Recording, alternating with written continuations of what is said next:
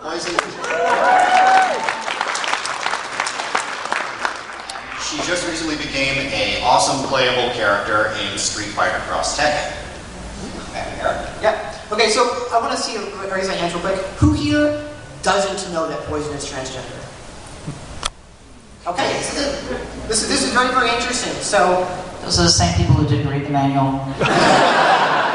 Do you know what panel you're at? So, Poison existed originally as a random enemy character in the game Final Fight from Capcom. Size 1 beat 'em up. She was just one of numerous enemies. And her existence at that point was very, very meaningless. She was just a random character put in there because they needed more sprites to have as enemies. And 20 years later, she has become one of the most significant and most out there examples of transgender characters in video games.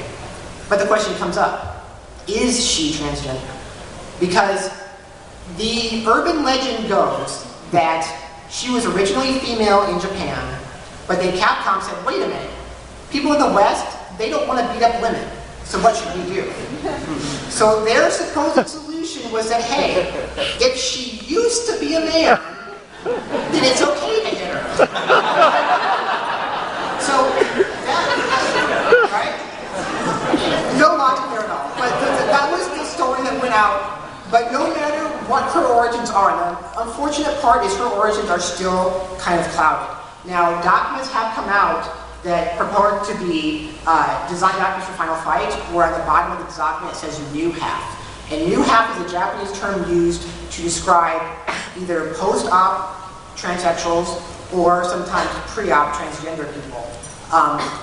So we don't know for sure 100% what Poison was meant to be originally.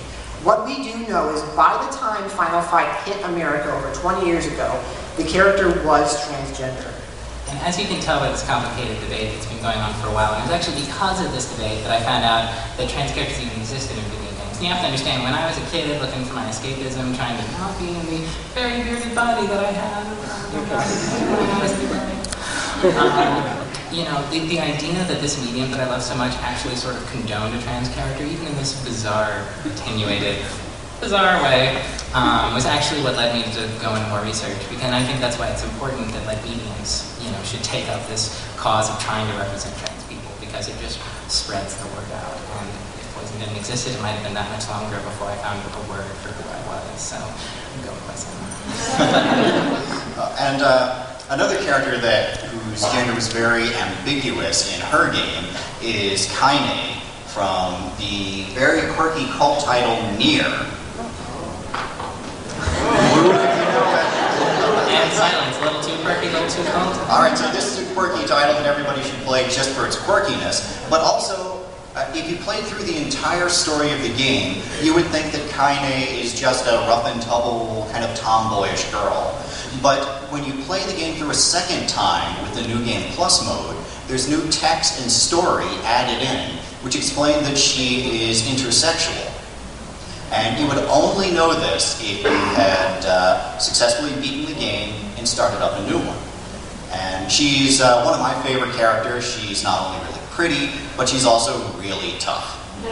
And to do a redux of our terminology a minute before, intersex is not under the transgender umbrella. It's the PC word for what used to be called hermaphroditic or hermaphroditism.